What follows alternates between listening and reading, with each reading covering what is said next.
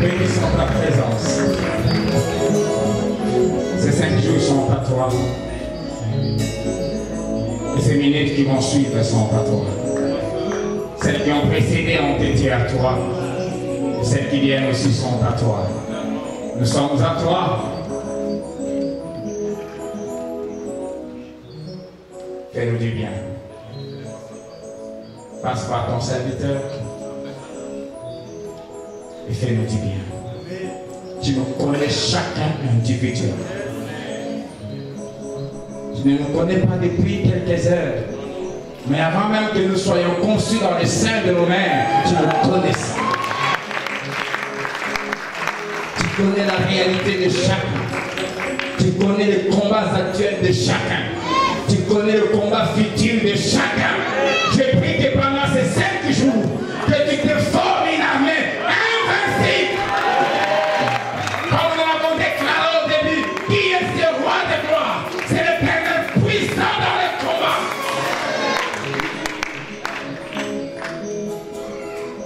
Toute la gloire est à toi. Au nom de Jésus, nous t'acclamons. Alléluia.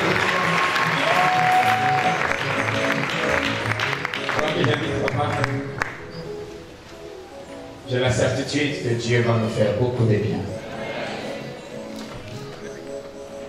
J'ai la certitude que, à cause de l'autorité que Dieu lui a donnée sur nous, en tant que Père, Dieu va passer par lui pour nous faire beaucoup de bien. Nous sommes dans la joie de vous avoir parmi nous. Et nous sommes surtout très fiers de vous. Nous prions nuit et jour que Dieu vous garde fidèles jusqu'à la fin. Merci, Papa.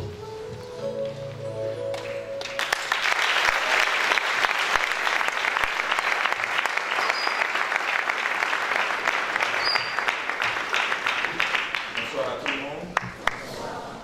Alors je voudrais vous inviter, si vous avez une Bible ce soir.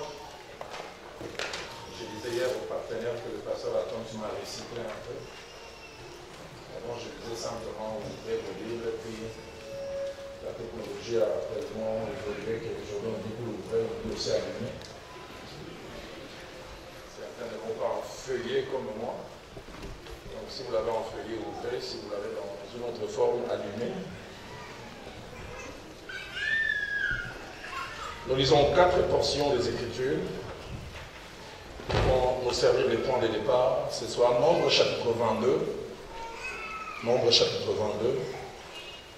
Notre lecture va aller du verset 1er jusqu'au verset 6. Nombre 22, 1 à 6.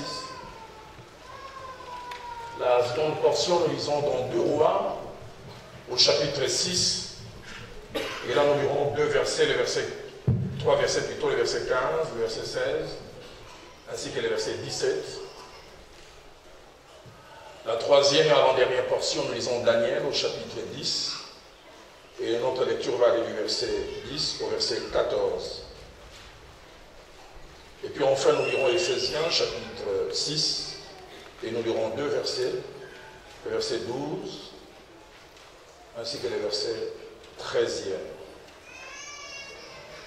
Alors je fais la première lecture dans Nombre chapitre 22, du 1er au 6e verset. Les enfants d'Israël partirent et campèrent dans les plaines de Moab, au-delà du Jourdain, vis-à-vis de Jéricho. Balak, fils de Tippor, vit tout ce qu'Israël avait fait aux Amoréens, et Moab fut très effrayé en face d'un peuple aussi nombreux. Il fut saisi de terreur en face des enfants d'Israël. Moab dit aux anciens des Madians, « Cette multitude va dévorer tout ce qui nous entoure, comme le bœuf broute la verdure des champs. » Balak, fils de Tippor, était alors roi de Moab. Il envoya des messagers auprès de Balaam, fils de Béor, à Pétor sur le fleuve, dans le pays des fils de son peuple, afin de l'appeler et de lui dire, « Voici un peuple sorti d'Égypte. Il couvre la surface de la terre et il habite vis-à-vis de moi. » Soulignez le verset 6.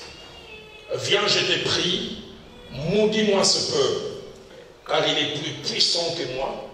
Peut-être ainsi pourrais-je les battre et les chasserai-je du pays, car je sais que celui que tu bénis est béni, et celui que tu maudis est maudit. 2 Rois chapitre 6, verset 15 au verset 17. Et le serviteur de l'homme de Dieu s'éleva des bons matins et sortit, et voici une troupe entourait la ville avec des chevaux et des chars.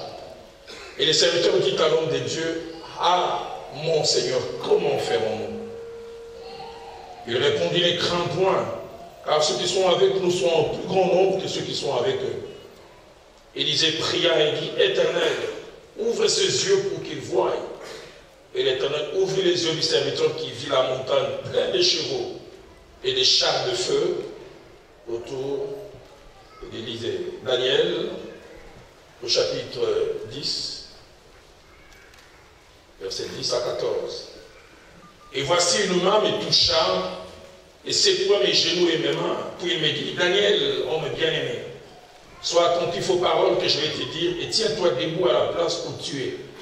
Car je suis maintenant envoyé vers toi. Lorsqu'il m'eut ainsi parlé, je me tins debout en tremblant. Il me dit, Daniel, ne crains rien, car dès les premiers jours où tu as eu à cœur de comprendre et de t'humilier devant ton Dieu, tes paroles ont été entendues, et c'est à cause de tes paroles que je viens.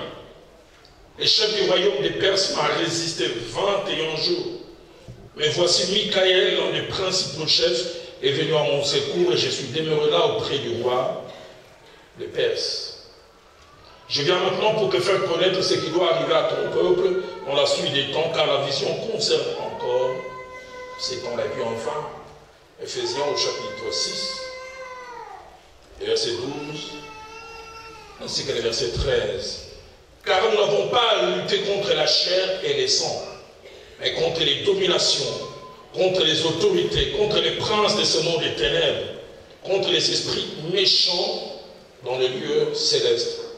C'est pourquoi prenez toutes les armes de Dieu, afin de pouvoir résister dans les mauvais jours et tenir ferme après avoir tout surmonté. Amen. Le combat spirituel, une réalité à connaître et à ne pas négliger. C'est un des thèmes que nous allons aborder ensemble durant ces 5 jours, Dieu voulant. Nous allons suivre cet enseignement réparti en 6 sous-points. Et si Dieu permet, ce soir, nous allons aborder les 2 premiers sous-points. Les tout premiers sous-points, c'est simplement but et raison d'être de cet enseignement. Pourquoi un tel enseignement sur les sujets du combat spirituel? Le deuxième sous-point, nous parlerons de la Bible et de la réalité du monde spirituel. Nous verrons non seulement qu'il y a existence au-delà du monde physique, c'est-à-dire matériel, palpable, visible, il y a un monde invisible, et nous verrons aussi les implications ainsi que les interactions qu'il y a entre ces 2 mondes. Et troisième sous-point, nous verrons la Bible, les anges, les démons et leurs actions. Qu'est-ce que la Bible dit sur les anges? Qu'est-ce que la Bible dit sur les démons? Et qu'est-ce que la Bible dit sur leur mode opératoire? 4e sous-point que nous verrons, c'est la Bible est une réalité spirituelle négligée, mais qui fait des ravages, la malédiction. La malédiction. 5e sous-point que nous verrons, nous parlerons de la Bible et de la réalité des liens familiaux. La Bible et la réalité des liens familiaux. Et puis 6e et dernier point que nous verrons, nous parlerons des armes pour être victorieux dans les combats spirituels. Pourquoi un tel enseignement? 7 buts ou 7 raisons d'être cachées derrière cet enseignement. La première raison d'être, ou le premier but, c'est nous ouvrir les yeux et nous faire savoir qu'au-delà du monde physique et matériel que nous voyons, palpons, il y a un autre monde spirituel. Un autre monde non visible, mais pas moins réel. Un monde qui a des implications sur certaines choses qui se passent dans les physiques. Deuxième but, ainsi que deuxième raison d'être de cet enseignement, nous ouvrir les yeux sur certaines réalités spirituelles, soit ignorées, soit méconnues, on connaît à peine, soit négligées, ou soit à peine prises en compte, mais qui opèrent et qui accomplissent des ravages.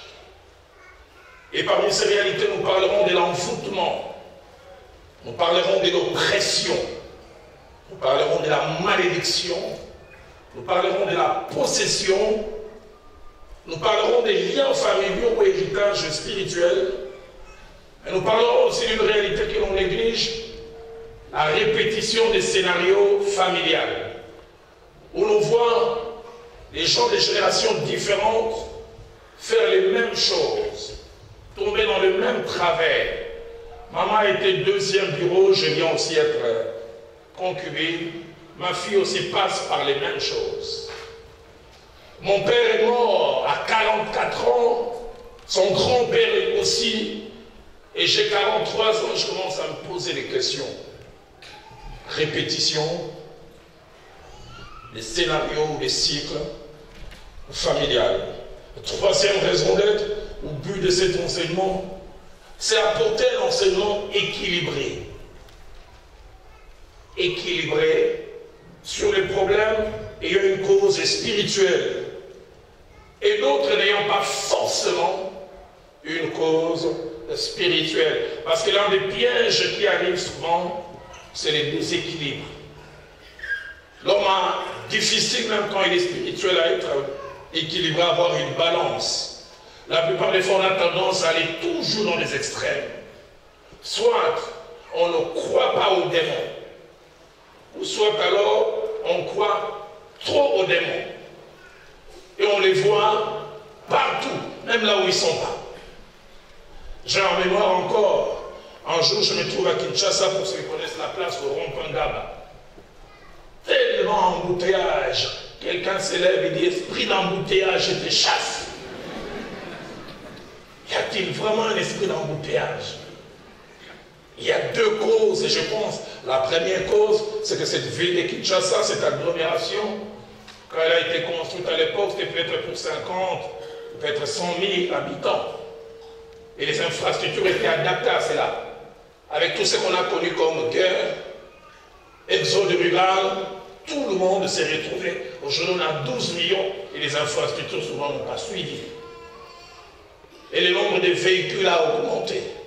Et sans compter le fait que chez nous, les codes de la route, on ne connaît pas. Les gens roulent comme ils veulent.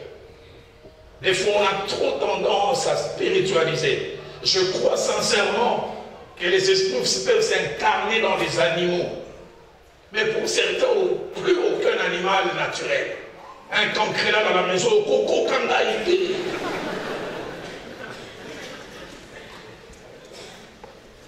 Un ami me disait un jour, ils étaient chez eux à la maison, vers 2 h du matin, il faisait très froid. Et un chat était en train de pleurer. Il m'a dit, Roland, je ne connais pas les kichas. Je ne connais pas la langue des chats. Mais sûrement il faisait froid. Et les chats étaient en train de miauler. Miaou, miaou, miaou. Dans leur langue des chats, ils disaient, il fait froid, si je peux avoir un manteau. La maman disait, Zonga, c'est qu'on vous dit. Zonga. Je ne dis pas que les animaux ne peuvent pas être utilisés par des esprits mauvais pour être incarnés. Mais il arrive de fois dans les enseignements erronés, on voit les démons. Partout. Partout. Il y a les bons d'être équilibrés. Dans 1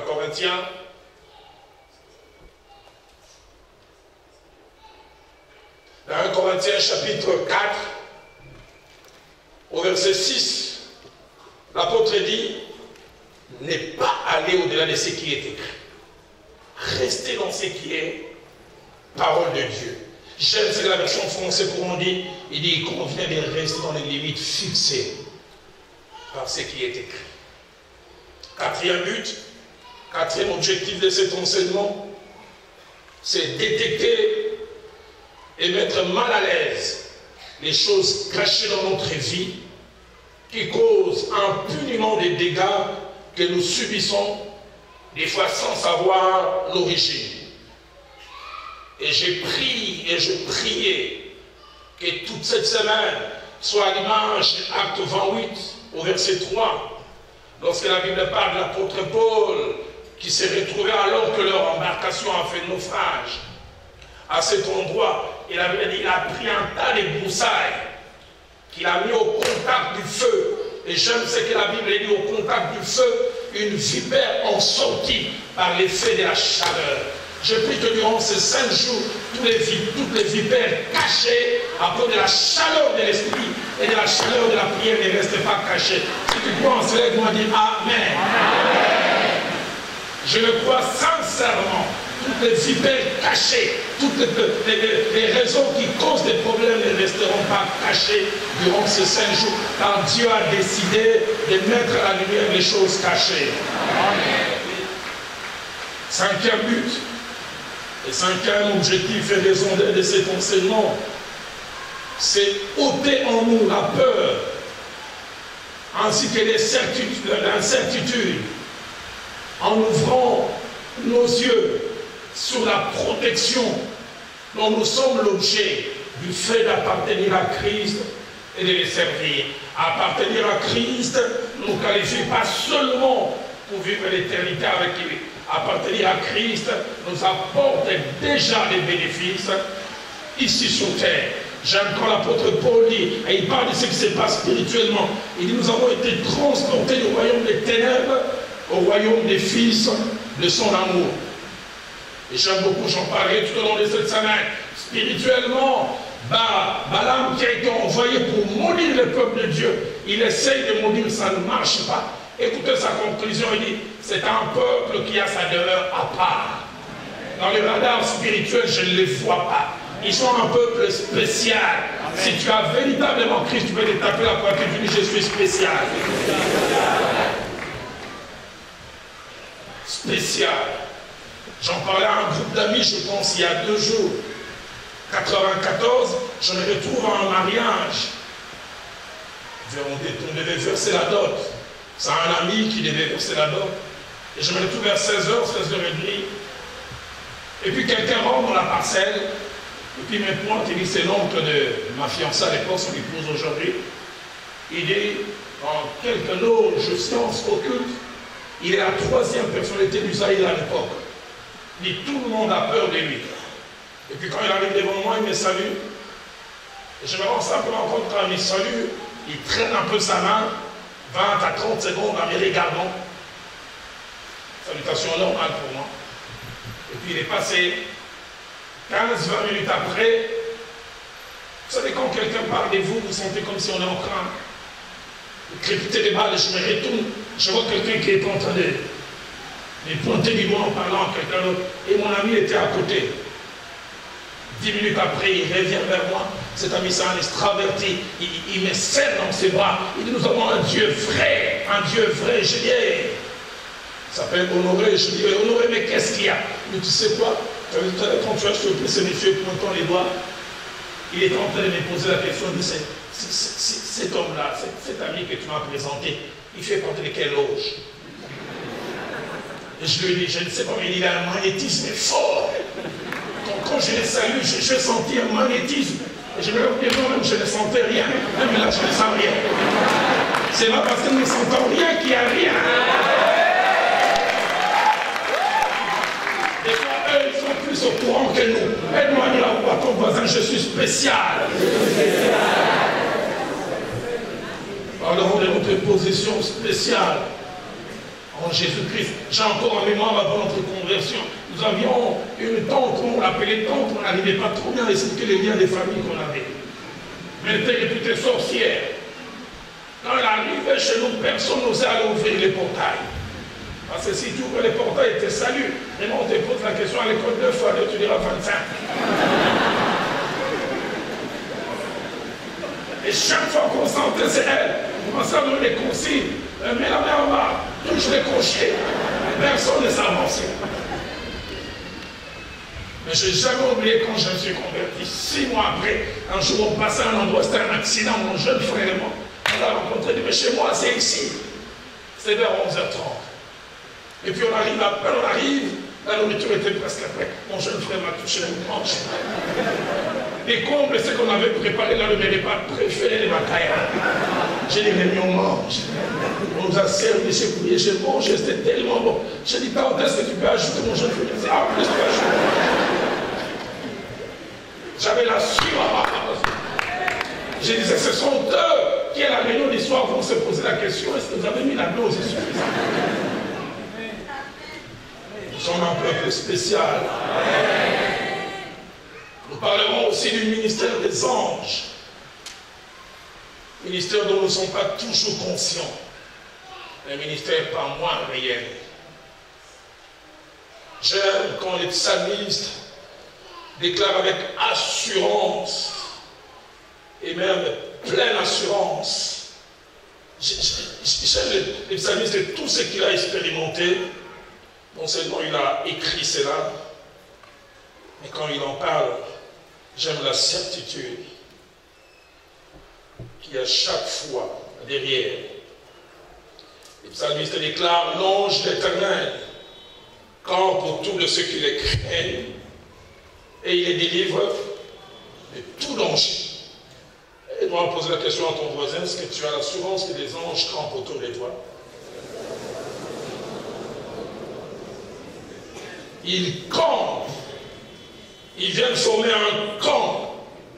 Pas auprès de n'importe qui, auprès de ceux qui les craignent et les arrachent du danger. Ils campent, ils viennent rester. Et ça, c'est propre, pas de n'importe qui, le véritable enfant de Dieu. La version française courant dit, l'ange du Seigneur monte la garde autour des fidèles et les met hors du danger. Monte la garde. Dans 2 Rois chapitre 6, verset 15 au verset 17, nous nous retrouvons en face des 2 enfants de Dieu, mais aussi 2 serviteurs de Dieu, bénéficiant les 2 du ministère de protection des anges, avec 2 attitudes différentes.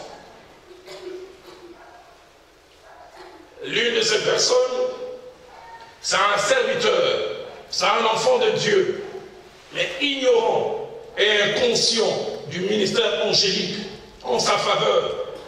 Et parce qu'ignorant, il vit dans la peur, dans la crainte, dans l'insécurité.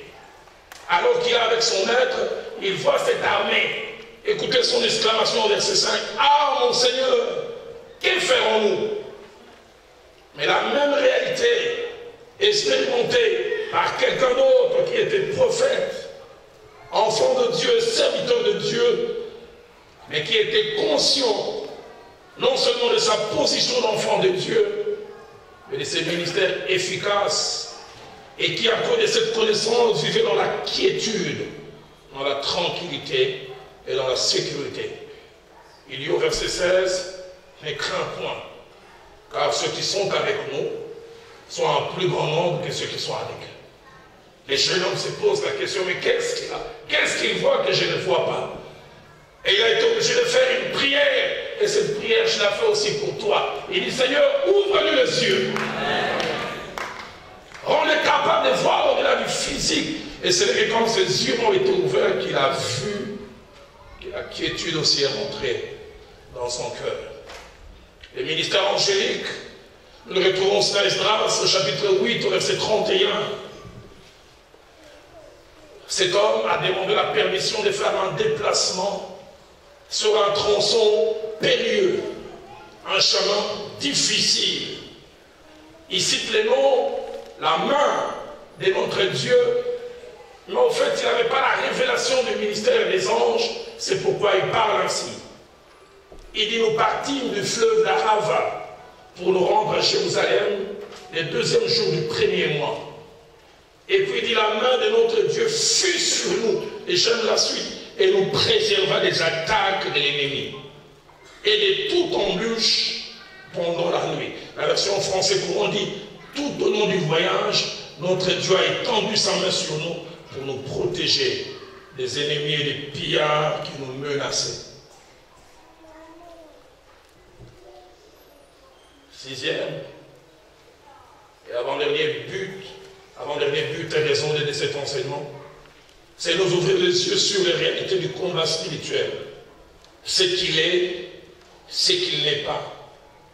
Comment l'ennemi opère, comment il travaille, comment détecter ses attaques, comment répliquer si nécessaire, et comment se prémunir et même se protéger dans ces combats. Il est étonnant de voir quand Israël quitte l'Égypte, ils sont en route vers la terre promise, ils n'ont que victoire sur les combats. Et ils arrivent à l'orée de traverser les territoires de Moabites, que le roi de Moab tremble, il perd sa paix, sa quiétude. Il va chercher les concours, non pas d'un stratège militaire, non pas d'un général qui a combattu sur plusieurs fronts. Il va chercher les concours d'un devin, de quelqu'un qui manipule les forces spirituelles. Nombre 22, verset 6, il lui dit, viens, je te prie, maudis-moi ces peuples. Nous en parlerons mercredi. Les mots qu'il utilise là, maudit, c'est pas, allez, les mots qu'on traduit plus tard par maledicere, en latin. Dire du mal, ça dit dire du mal en souhaitant que cela arrive. De la même manière, bénédiction, bénédicere, c'est dire du bien en souhaitant. Ce qui est dit là, c'est pas un souhait. Nous en parlerons mercredi. Ça veut dire fais porter le marteau de l'infortune.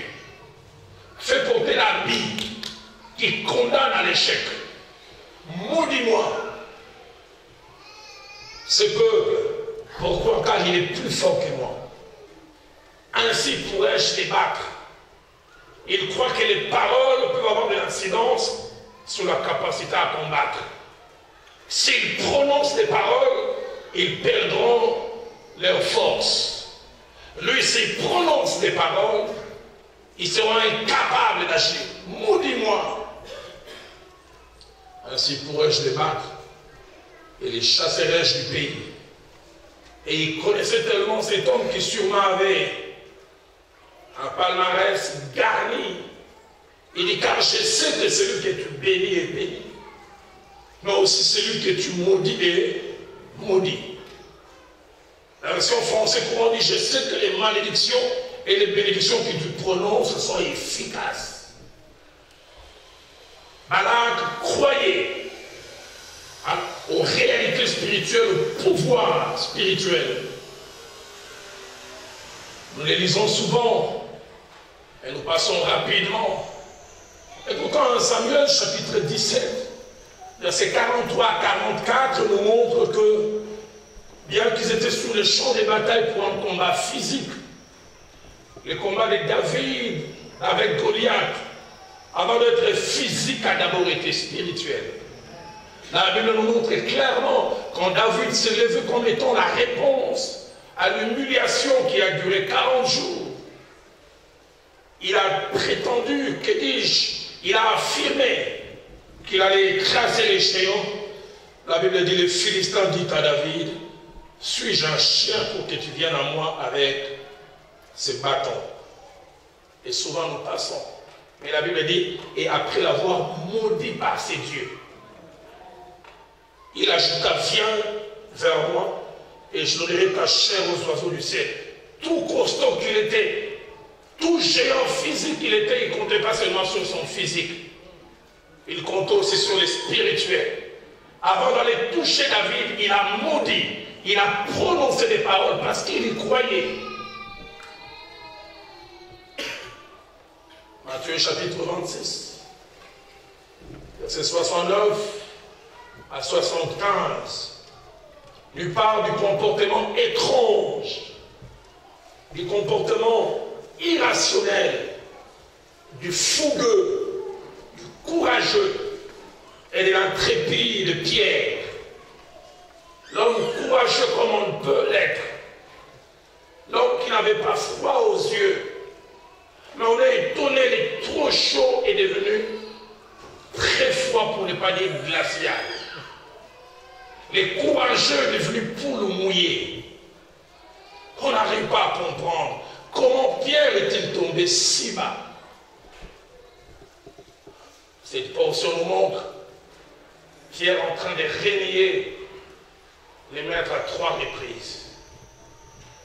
Non seulement qu'il renie, il arrive juste à faire des imprécations pour dire je ne les connais pas assez, je ne connais que le ciel me tombe sur la tête.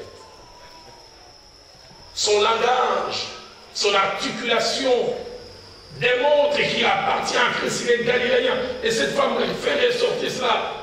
Il dit aïe, aïe, aïe, aïe, aïe, aïe, aïe, qu'ai-je fait contre le ciel pour qu'une telle chose m'arrive?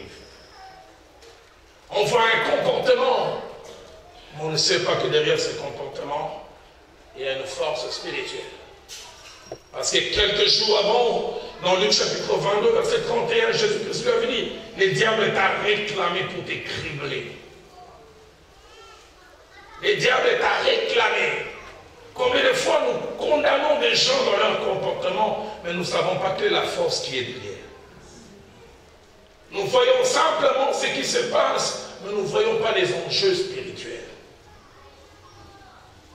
Et nous essaierons d'en parler tout au long de cette semaine. J'aimerais vous encourager, priez pour votre pasteur, priez pour vos responsables.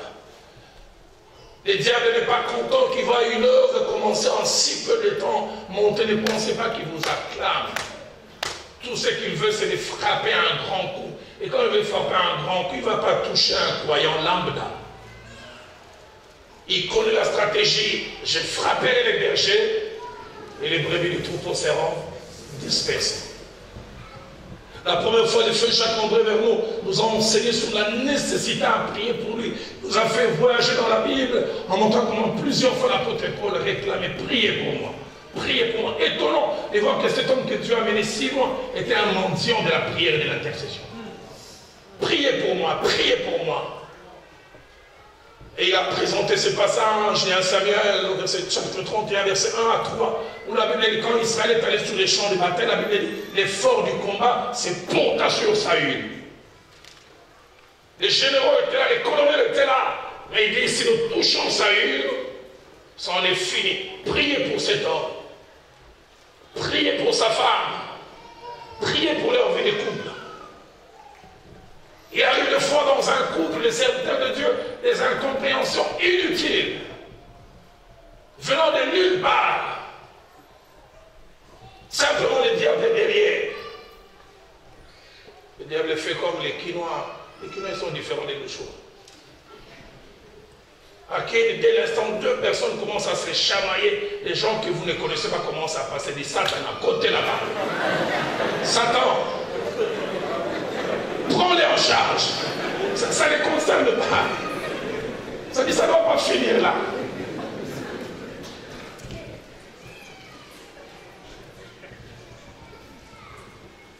Un jour, je pars avec un homme de Dieu.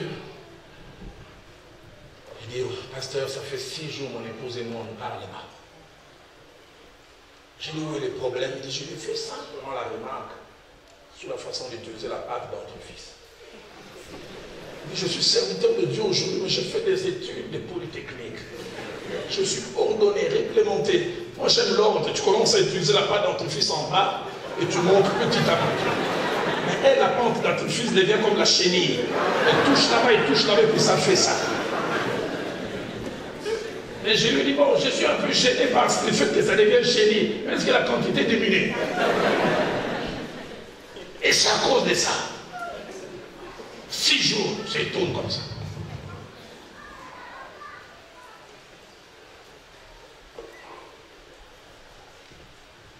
Priez pour vos leaders.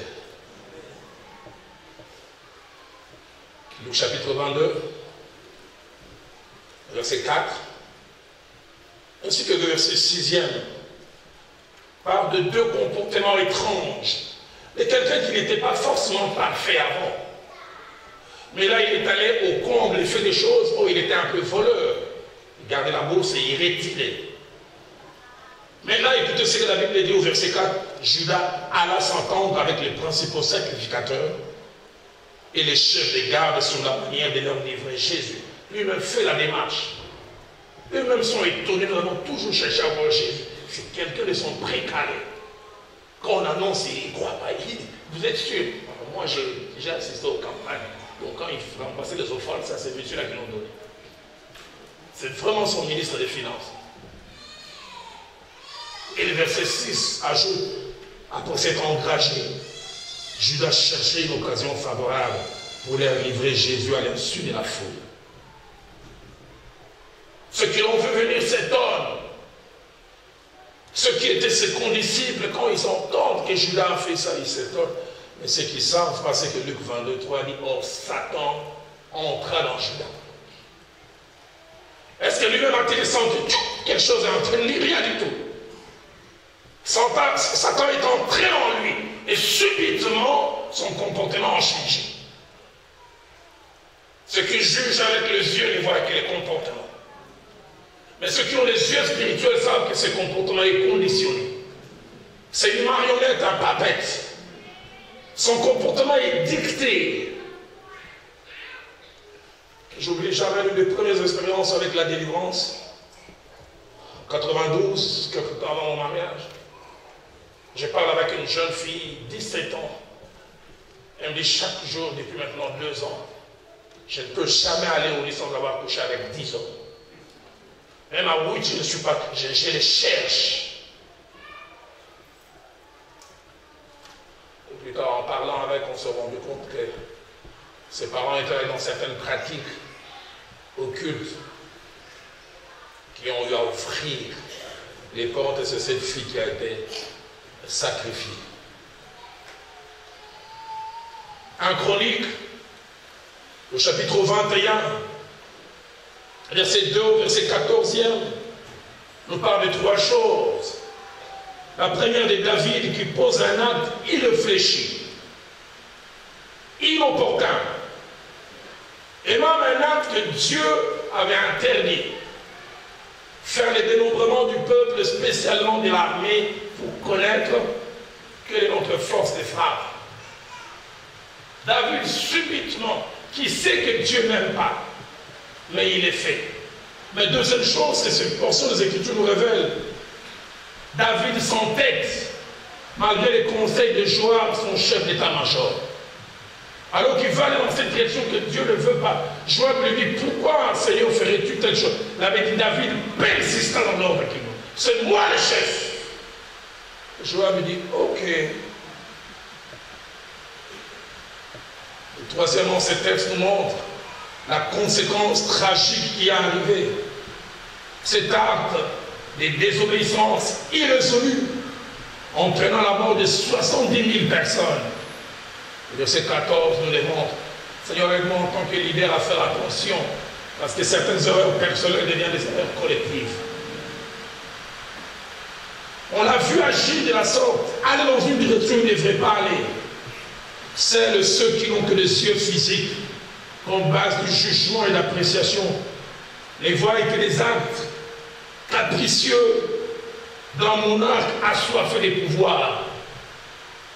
Mais 1 Chronique 21, verset 1, nous révèle toute une activité spirituelle visant non seulement Israël comme cible, mais en passant par David. Écoutez ce que la Bible dit. Avant que David ne fasse faire le dénombrement, la Bible dit, Satan s'éleva contre Israël et il excita David à faire le dénombrement. Satan vise à détruire Israël. Il excita David à faire le dénombrement. Et mot excité là dans sa racine dans l'hébreu veut dire éveiller un vif intérêt. Subitement David voit un intérêt qu'il y a à faire le dénombrement. Ces mots signifient aussi stimuler l'énergie pour agir, accroître et renforcer de l'intensité de faire quelque chose. La version française courant les dit mieux. Il y a un jour, Satan décida de nuire à Israël en poussant David à dénombrer. Quand on te pousse, tu bouges sans les vouloir. Tu vas dans une direction même si tu ne veux pas. Les versions Parole de vie, ainsi que les semeurs, utilisent, les versions Nouvelle Bible Seconde, ainsi que les versions Thor, utilisent un terme encore fort. On dit Satan incita David à faire le dénombrement. Inciter, c'est dans sa racine en hébreu, veut dire influencer vivement et intensement quelqu'un à un comportement ou à poser une sorte d'action. Ça veut dire aussi stimuler une attitude, une activité, en mettant quelqu'un dans des conditions l'obligeant à agir. Les gens voient simplement un monarque qui décide, mais ils ne voient pas l'activité spirituelle derrière.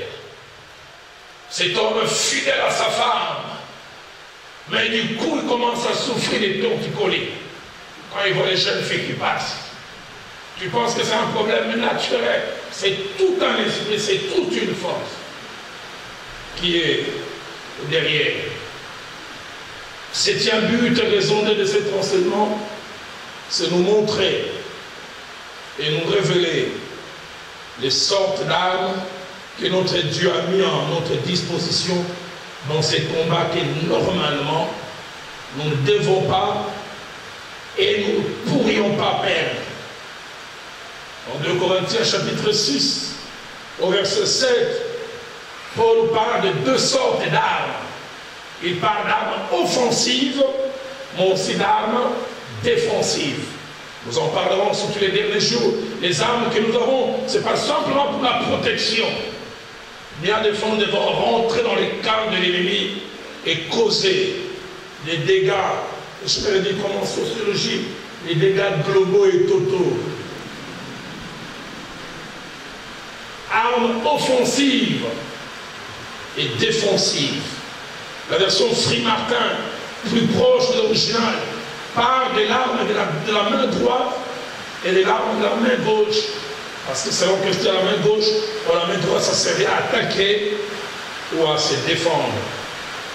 2 Corinthiens chapitre 10, verset 3, ainsi que le verset 4e, l'apôtre Paul fait deux déclarations. La première, il montre que notre combat n'est pas que charnel. Il dit car si nous marchons dans la chair, nous ne combattons pas seulement la chair.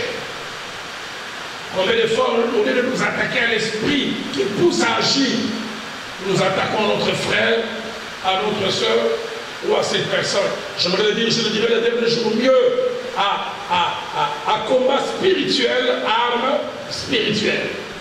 J'aimerais le dire encore mieux, à problème spirituel, solution aussi spirituelle. J'en parlerai demain quand j'ai touché les démons. La Bible nous parle de cette femme qui était courbée. Les gens ne voyaient qu'un problème physique touchant les sommes, les corps. Mais or, derrière ce problème, il y avait un esprit. Cette dame veut l'amener chez les meilleurs kinésithérapeutes de Lubumbashi. 550 séances de massage. Rien n'allait marcher. Il faut la masser avec les kikikines, toutes les kines possibles, rien ne marchait. Parce que le problème n'était pas au niveau du physique. Et le jour où Jésus a fait sortir ces démons, la dame s'est redressée. Un problème spirituel, solution spirituelle. Les armes avec lesquelles nous combattons ne sont pas charnelles. Deuxièmement, Paul montre que nous avons des armes spirituelles. Les armes avec lesquelles nous combattons ne sont pas charnelles, mais j'aime ce qu'il dit, elles sont puissantes par la vertu de Dieu. Ephésiens 6, 11 et 13 que nous avons lus, Paul à deux reprises nous encourage à une attitude. Il dit revêtez toutes les armes de Dieu afin de pouvoir tenir ferme contre les ruses du diable. Verset 13, c'est pourquoi prenez toutes les armes de Dieu afin de pouvoir résister dans les mauvais jours. J'oublie jamais, nouveau converti, l'Esprit de Dieu nous a fait faire, mon jeune frère et moi, qui est aussi pasteur et d'expérience, qui nous a encouragés. On avait une tante qui habitait chez nous, on sentait qu'elle n'était pas bien spirituellement, Mais bon, on n'avait pas de preuves, un peu comme je parlais hier, on avait une connaissance spirituelle. J'habitais à l'époque chez mes parents, la maison était inachevée, aujourd'hui ça s'est un peu amélioré. Il y avait que leur chambre qui avait une porte. Toutes nos chambres n'avaient pas de porte, il y avait un pan que l'on mettait. Et mon jeune frère de mon venait d'être baptisé du Saint-Esprit, ça faisait 6 mois. Et ce jour-là, on est resté de 10h à 13h, on priait. Nous-mêmes, on appelait ça chaudière. C'était tellement fort. Quand on a entendu de l'autre côté de la chambre de notre grande sœur, où était notre tante, quelqu'un est tombé comme un sac de ciment. Boum! Et puis elle a commencé à rouler sans colère vite. Jusqu'à venir là où on était. Elle-même a commencé à parler. Je suis sorcière. Telle personne, c'est moi qui l'ai envoûté. Mon jeune frère avait un Walkman. Il me dit, ces gens, quand cet état finit, il faut enregistrer.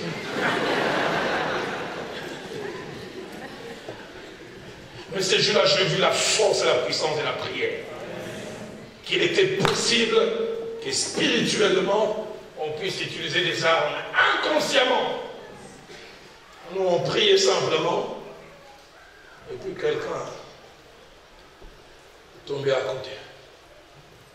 J'ai un papa qui a mis du feu, Jacques-André Vernon, papa Nkelani, qui fait partie des vieux des Assemblées de Dieu. Il m'a dit un jour, il est en train de prêcher dans la ville de Madimba, dans une salle de plus de 500 personnes, une ville réputée plein de sorciers. Il dit à peine il commence à prêcher, il sent spirituellement qu'on lui lance des flèches à la gorge. Bam! Il continue comme ça. Bam! Et puis il s'arrête, il dit, vieil homme, cesse de faire ces choses. Il dit, les temps que tu lis, c'est ça encore. Baf! Et il lui dit, tu t'arrêtes là. Et puis il dit, j'ai filé parler, j'ai ça encore. Baf! J'ai dit, dans mon cœur, trop, c'est tout. Il dit, église, lève tous nos mains. Tout le monde a levé les mains, il a prié simple. Vous savez, les gens qui ont Dieu, des fois, ne forcent pas. Il dit, si je suis serviteur de Dieu, quand tout le monde va descendre les mains, que le main du provocateur reste. Quand il dit Amen, fais descendre le main, papa au point là. Attention, descendre. Et l'église, connaît bien l'église. Nous avons des armes. Des armes. Des armes. Et des armes qui marchent. Aide-moi à dire à ton voisin, nous avons des armes. Cela me permet de toucher le deuxième point avant. Parce qu'un petit moment d'adoration et que demain on revienne. La Bible, la réalité du monde spirituel. 4 choses importantes à dire à ce sujet. La première, c'est que la Bible montre et enseigne qu'il y a 2 mondes, c'est-à-dire 2 réalités. Il y a le monde visible et aussi le monde invisible. Dans Colossiens chapitre 1er, au verset 16, l'apôtre Paul les confirme en disant, car en lui, c'est de Jésus qu'il veut parler, en lui ont été créées toutes choses. Il parle d'abord en général, en lui ont été créées toutes choses. Et puis commence à spécifier les sortes des choses. Il dit, ont été créées toutes choses dans les cieux et sur la terre. Et puis il dit, les visibles et les invisibles. Et dans ce qui a été créé, tout n'est pas visible. Il y a des choses invisibles. Les mots grecs utilisés pour visible, c'est les mots oratos. H-O-R-A-T-O-S. Vous n'avez tout dans la Bible qu'une seule fois. Et qui cache une seule signification, c'est qui est accessible par la vue. Visible, accessible par la vue. Et puis il dit invisible. Les mots invisibles, c'est les mots aoratos. A-O-R-A-T-O-S. Un mot qu'on retrouve 5 fois dans la Bible et principalement dans le Nouveau Testament. Un mot qui est la négation des oratos. Aoratos cache 2 significations. La première signification des aoratos, c'est non-vu. C'est-à-dire qu'on ne voit pas à cause des moyens. Qu'on ne voit pas à cause des moyens. Et là, il veut parler de tout ce qui est scientifique. Les atomes, des électrons, des ondes sont ici. Mais nous ne les voyons pas parce que nous n'avons pas de moyens. Des microbes sont en train de se rencontrer ici. Mais nous ne le voyons pas. Si nous prenons les microscopes, moyens plus sophistiqués, nous pourrions les voir. Mais deuxièmement, aoratos veut dire qui ne peut être vu. Avant, c'est qu'on ne voit pas, mais à cause des moyens. Mais qui ne peut être vu, c'est-à-dire, malgré les moyens et les efforts, on ne peut voir à moins que Dieu vous ouvre les yeux. Et là, je vais parler des réalités spirituelles. Deuxième vérité que je voudrais dire, c'est que lorsque la Bible parle des invisibles, elle parle de deux sortes de choses. Premièrement, c'est qu'on ne peut voir à cause de leur petitesse. Je parle des atomes, électrons, ondes, microbes, bactéries, virus. Mais deuxièmement, celle qu'on ne peut voir à cause de leur nature, des esprits, des créatures réelles, mais sans corps. Et du reste, à la fin de Colossiens 1,16, après avoir dit les visibles et les invisibles, lui-même cite ces choses invisibles que l'on ne peut voir. Il parle des trônes, des dignités, des dominations et des autorités. La version parole de vie dit mieux. La version parole de vie dit les forces et les esprits qui ont autorité et pouvoir réels, mais que l'on ne sait voir. Troisième vérité, c'est que la Bible nous montre deux mondes spirituels. Un monde positif, et nous en parlerons demain, c'est le monde des anges. Et ce monde a à la fois une hiérarchie, mais aussi une organisation. Nous en parlerons, Dieu voulant, en détail demain. Mais puis un monde spirituel négatif, celui des démons. Et dans ce monde spirituel négatif, il y a aussi une hiérarchie, et puis il y a aussi une organisation. Daniel, au chapitre 10 que nous avons lu, versets 12 à 13, nous révèle quatre choses. La première, c'est que quelqu'un sur terre présente une requête à Dieu, fait une demande, et s'attend à recevoir un résultat. Mais deuxièmement, la solution qui a quitté le trône de Dieu n'arrive pas à destination. Les courriers ont été livrés. L'expéditeur a dit c'est parti. Et celui qui devait recevoir ne reçoit pas. Et les textes nous montrent 21 jours. Il commence à se poser des questions, mais Dieu est infidèle ou quoi? Je vais le bien demander. Mais la troisième nous montre qu'il y a eu guerre et obstacle dans le monde spirituel. Combat réel, mais non vu de Daniel qui a demandé. Mais quatrièmement, il nous a montré non seulement qu'il y a guerre et combat, mais cette guerre ainsi que ce combat sont entre deux entités. D'un côté, un ange qui a été envoyé avec la réponse, et de l'autre côté, avec un être spirituel nommé les chefs des Perses. L'être spirituel qui domine. J'aimerais que vous sachiez, autant il y a un gouverneur, je ne sais pas si eux aussi là-bas, il faut le découpage administratif pour s'adapter à ce qui est dans le monde. Autant sur le plan humain, il y a un gouverneur, autant spirituellement, il y a aussi un chef. Les chefs des Perses qui dominaient. Nous en parlerons bien demain. Quand il est étonnant, Jésus veut chasser les démons qui étaient dans ces fous de Gadara. Les démons sont disposés à sortir du corps, mais pas de la région. Envoie-nous hors des pourceaux, mais pas de la région. Parce que c'est là leur sphère d'autorité. C'est pourquoi ne soyez pas étonnés. Vous verrez quelqu'un qui quitte une contrée telle, qui va dans telle autre contrée, et les démons de cette contrée les prennent en charge. Il était fidèle à sa femme jusqu'à ce qu'il arrive à Mbandaka, À qui ça même ici dans le monde. Pour l'impudicité terrible. C'est comme commencer à souffrir. C'est important, surtout quand on envoie les pasteurs, vraiment, chaque fois qu'on t'envoie planter une église, tu dois connaître les réalités spirituelles de ces milieux. Parce que tu auras à combattre les esprits. L'apôtre Paul a implanté des églises partout. Mais quand il arrive à Corinthe, il dit, j'ai trouvé parmi vous une impudicité telle qu'elle n'a même pas chez les païens. À cause de ces principes, chef de Perse, et le combat est âpre, il semble que cet ange, le chef de Perse prend de l'encendant sur lui. Jusqu'à ce qu'il ait fallu qu'il y ait renfort spirituel. Il avait dit, on a envoyé Michael. Et parlant de Michael, nous en parlerons de demain. On dit l'un des principaux chefs. On l'appelle archange, arc, chef des anges.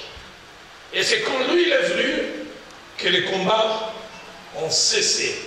J'ai pris que s'il y a quelque chose qui bloque ce qui est à toi, que les prières que nous allons faire ici débloquent une entité plus forte, afin que ce qui s'arrêtait ne s'arrête plus. Que ton mariage soit libéré, que ta promotion soit libérée, que ta maternité soit libérée au nom de Jésus. Quatrièmement, la Bible nous parle des réalités spirituelles inexplicables par la raison. Et qui nous montre qu'il y a un monde physique, mais aussi un monde spirituel. Exode chapitre 17, versets 8 à 13. Israël vient à peine de sortir d'Égypte. Ils étaient ceux qui fabriquaient des briques. Ils gardaient des animaux. Ils faisaient un peu de champ. La guerre, stratégie de guerre, ils ne connaissent pas. Et à peine ils sont en train de sortir que les Amalécites les attaquent. Ils ne savent pas comment combattre. Moïse dit à Josué, prends n'importe qui. Ils n'avaient même pas d'armes, il semble qu'ils ont pris des bâtons. Et Moïse se rend compte qu'il doit même faire les figurants sur les champs de bataille. Et c'est là où un secret nous a révélé combien les spirituels peuvent avoir de l'ascendant sur les physiques. Et il descend sur les champs de bataille. Il avait dit quelque chose d'étrange. Chaque fois que Moïse avait les mains levées, Israël avait la victoire. Dites-moi un peu, vous qui êtes logique, cartésien, quel rapport y a-t-il entre les mains levées et la force? Chaque fois qu'il avait les mains levées, c'est un mot de la prière, c'est un mot de l'influence spirituelle. Quelque chose se passe. Je me dire, tout n'est pas physique, tout n'est pas matériel, le spirituel a l'ascendant sur tout ce qu'il y a. Mains levées. Victoire sur les champs de bataille. Nous en parlerons mercredi. Dieu m'a mis à cœur que celles ceux qui le veulent, surtout si vous sentez que depuis plusieurs mois, depuis plusieurs années, vous tournez en rond, n'hésitez pas avec moi parce que je vais m'associer avec vous, d'être en jeûne avec vous ces jours. Parce que nous voulons prier et casser certains cycles.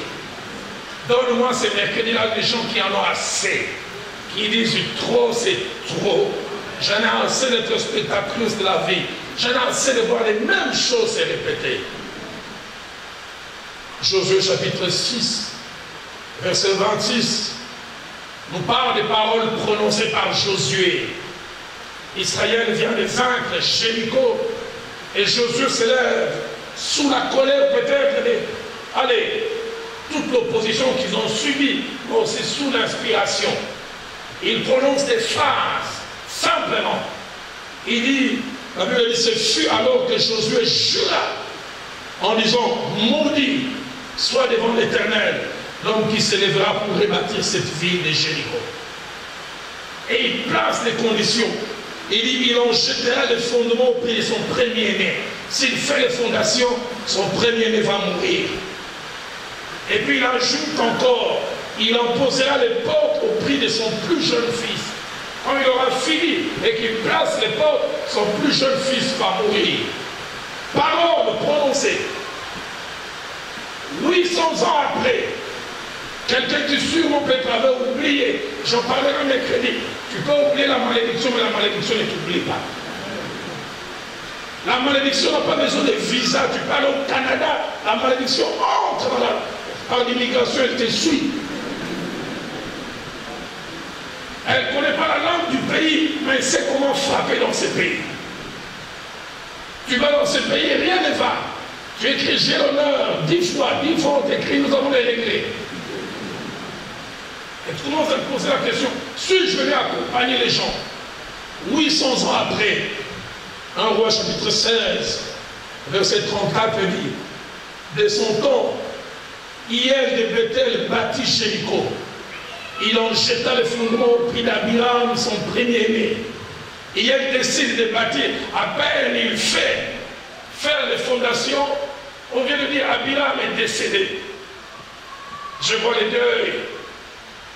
On dit oh, l'Éternel a donné, l'Éternel a repris.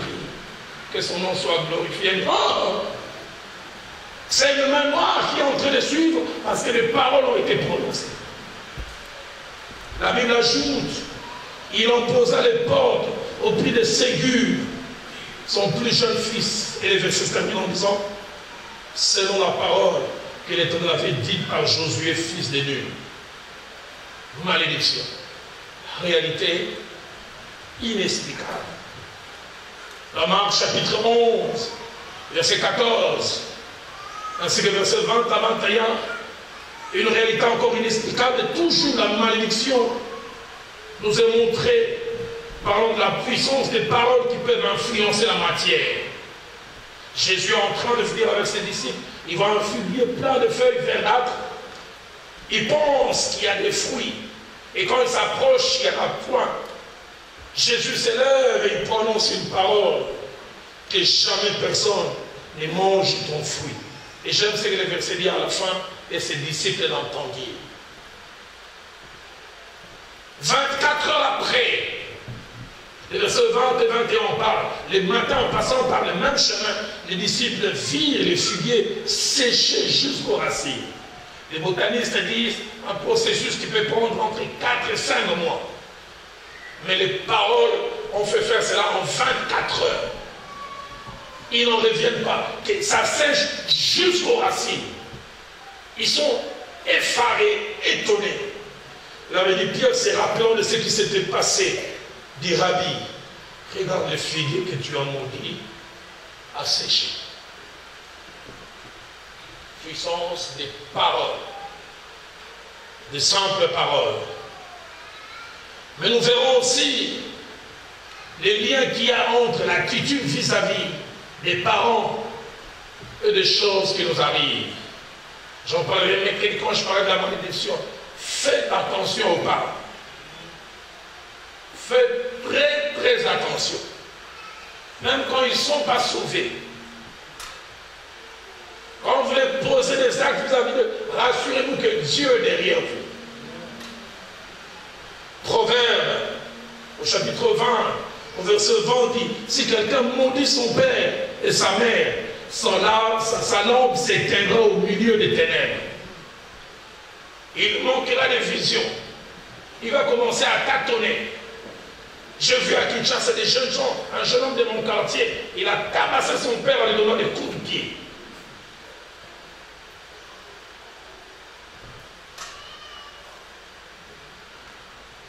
Faites attention. Vous qui des fois par colère ou par dépit, par frustration, vous surnommez maman RFI. Elle parle tellement trop RFI. Faites attention. Faites attention. Ils ont Dieu derrière. Je vais te dire comme les Quinois. Faites attention aux parents. Proverbe 30, au verset 17 dit, l'œil qui se moque d'un père et qui dédaigne l'obéissance envers une mère, les corbeaux du torrent les perceront. Et les petits des lèvres les mangeront. Tu dédaignes simplement un père. J'ai connu un ami, rien ne marche dans sa vie. Il a grandi avec moi, un bel homme. Métissé, sa mère était très claire dedans. Quand il a commencé à avoir 15-16 ans, un bel homme. Allez, je me souviens, on était sur la place royale, on attendait les bus, il faisait la cour à une jeune fille, et puis son père était en train de passer. Son père, je le connaissais, petit détail, il courait bousses. Et puis un ami a dit, oh mais ça c'est ton père. Il dit, non, ça c'est pas mon père, c'est un oncle qui est venu du village. Pourquoi? Parce que la valeur que les filles lui donnaient ne concordait pas au physique de cet homme. Malgré ce qu'il est, c'est ton père. Malgré ce qu'elle est, c'est ta mère. Et il a dit, ce n'est pas mon père. Je ne t'ai pas converti, mais ça m'a marqué. Et je n'ai pas été étonné plus tard de voir que rien n'a marché dans sa vie. Faites attention aux parents. Il y a un lien spirituel. Éphésiens chapitre 6, verset 2 à 3. Lis le bonheur dans la vie et même la longévité. Non pas seulement à respecter les lois de l'hygiène. Dormir 8 heures par jour. Respecter le taux de cholestérol.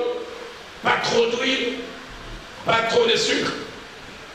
Là, il dit, honore ton père et ta mère, afin que tu sois heureux. Et deuxièmement, afin que tu vives longtemps. L'honneur que tu leur accordes, comment tu les traites? Vous savez que les parents, en grandissant, deviennent des sorciers. Si elle était sorcière, pourquoi elle ne t'a pas bouffé quand tu étais dans le ventre? Et puis des fois, ce n'est même pas nous. C'est en solidarité avec nos femmes que nos parents deviennent des sorciers. Je rêvais mal de ta mère. Vous savez, nous les maris, on souffre. Il y a des fois des choses qu'on accepte au nom de la paix. Pour être en paix avec elle. Ta mère est sorcière. Oui, elle est sorcière.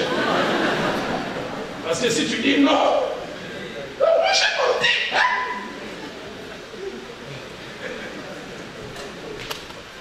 Je ne comprends pas pourquoi les gars, on disait si tu n'as pas bien mangé, tu n'es pas bien là, c'était tes maris.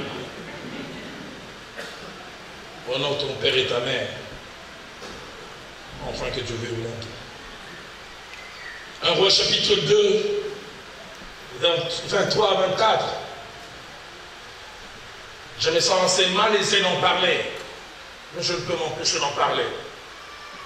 Faites aussi attention aux responsables spirituels. Faites attention. Ce sont des humains comme vous. Mais si Dieu les a placés dans une certaine position, ils peuvent fauter, ils peuvent mal agir. Sachez comment leur parler. 2 Rois chapitre 2, versets 23 à 24. L'homme nous parle des livres des prophètes. Son tort, c'est d'avoir une tête comme la mienne, qui avait connu une érosion que les bambous ne pouvaient pas arrêter. Et il était simplement en train de passer, il avait dit des jeunes gens se sont mis à crier chauve, monte, chauve, monte. En Suède, on dira quoi? C'est que tu as dit. En Igala, tu l'as dit, Mandimata, chauve, monte. Et on sent que ça vexait Élie. La Bible dit, il s'est retourné pour le regarder et il est maudit au nom de l'Éternel. Qu'a-t-il dit exactement? On ne sait pas. Mais moins de 10 minutes après la nuit, on sait que c'est pas ça. Alors, 2 ours sortis de la forêt et déchirèrent ses 42 enfants. Où étaient ces ours? Les commentateurs disent même qu'il y avait plusieurs enfants, mais les ours sont sélectionnés. Qui avait parlé et qui n'avait pas parlé? Lui, il a prononcé les paroles. Il a simplement dit, vous ne réussirez jamais, ça en est fini de vous. Les ours sont venus. Vous ne verrez peut-être pas des ours, mais vous verrez des choses qui vont se passer. Le frère Jacques-André Vernon me relate combien de ses amis étaient allés prêcher à l'URSS, qui était à l'époque fermé à l'évangile. Un athée qui ne croyait pas à l'évangile, qui avait le droit de s'opposer. En pleine prédication, il est venu la frapper, l'ami du pasteur Vernon, à l'oreille. Vous savez, les nez des blancs, des fois, c'est très fragile. Cassé. Et cet homme a simplement regardé et dit, de la même manière, mon nez s'est cassé, tu mourras d'un cancer du nez. Et 2 ans après, cet homme a attrapé un cancer du nez. Et lui a crié, moi, si tu peux prier pour moi que ça s'arrête. Cet homme a voulu prier, Dieu a dit non. Et 6 mois après, le courrier en est mort. Faites attention. Très, très attention. Nombre chapitre 5, versets 21 à 27. On parle encore d'une réalité spirituelle. Nos amis du Kassa, ils comprendront, c'est la mieux. J'ai étudié la parole de Dieu, je dis, waouh, ces choses, c'est pas seulement en Bougimaï. Et en Gandachika que ça a commencé. La Bible parle d'une femme qui trompe son mari. Et son mari vient lui demander et il nie. Je vois les termes, vous connaissez les termes en tchouba. Vous l'avez dit dans votre cœur, ne les dites pas haute voix. Il avait dit, on appellera cette femme, on va lui faire boire de l'eau. En disant simplement, si tu avais fait cela, 2 conséquences arriveront. Et écoutez ce que la Bible dit. Quand il aura fait boire les eaux, il arrivera, si elle était souillée et avait été infidèle à son mari, les eaux qui apportent la malédiction entreront en elle pour produire l'amertume. Écoutez 2 choses. Son ventre enflera. Et deuxièmement, sa cuisse desséchera. Et cette femme sera en malédiction au milieu de son peuple. Quelle révélation. Tu as mal agi, on te fait boire l'eau. J'en parle simplement pour montrer des réalités spirituelles. Et que tout n'est pas physique, tout n'est pas explicable. Demain, nous reviendrons en ces lieux et nous aborderons le 3e point, la Bible, les démons, les anges et leurs actions. Mais ce soir, en posant les fondements, je voulais simplement nous faire savoir qu'au-delà du monde physique, il y a un monde spirituel. Un monde spirituel réel. Un monde spirituel qui a de l'incidence sur le monde physique. Lève-nous ce soir et nous allons simplement élever notre Dieu en chantant ces merveilleux cantiques. Mon aîné, mon aîné, mon aîné. Notre Dieu est grand. Aide-moi à dire à ton voisin, notre Dieu est grand. Et j'aime quand David déclare, il dit notre Dieu est grand, et il ajoute sa grandeur nous échappe. Mais je prie que durant ces quelques jours, par les choses qu'il va faire accomplir, que cette grandeur qui nous échappe soit réelle, soit visible. J'aimerais qu'au-delà du chant, que tu crois à la grandeur de Dieu. Le Dieu qui fait des choses proportionnelles à sa taille. Proportionnelles à sa taille. Alléluia. Lève tes mains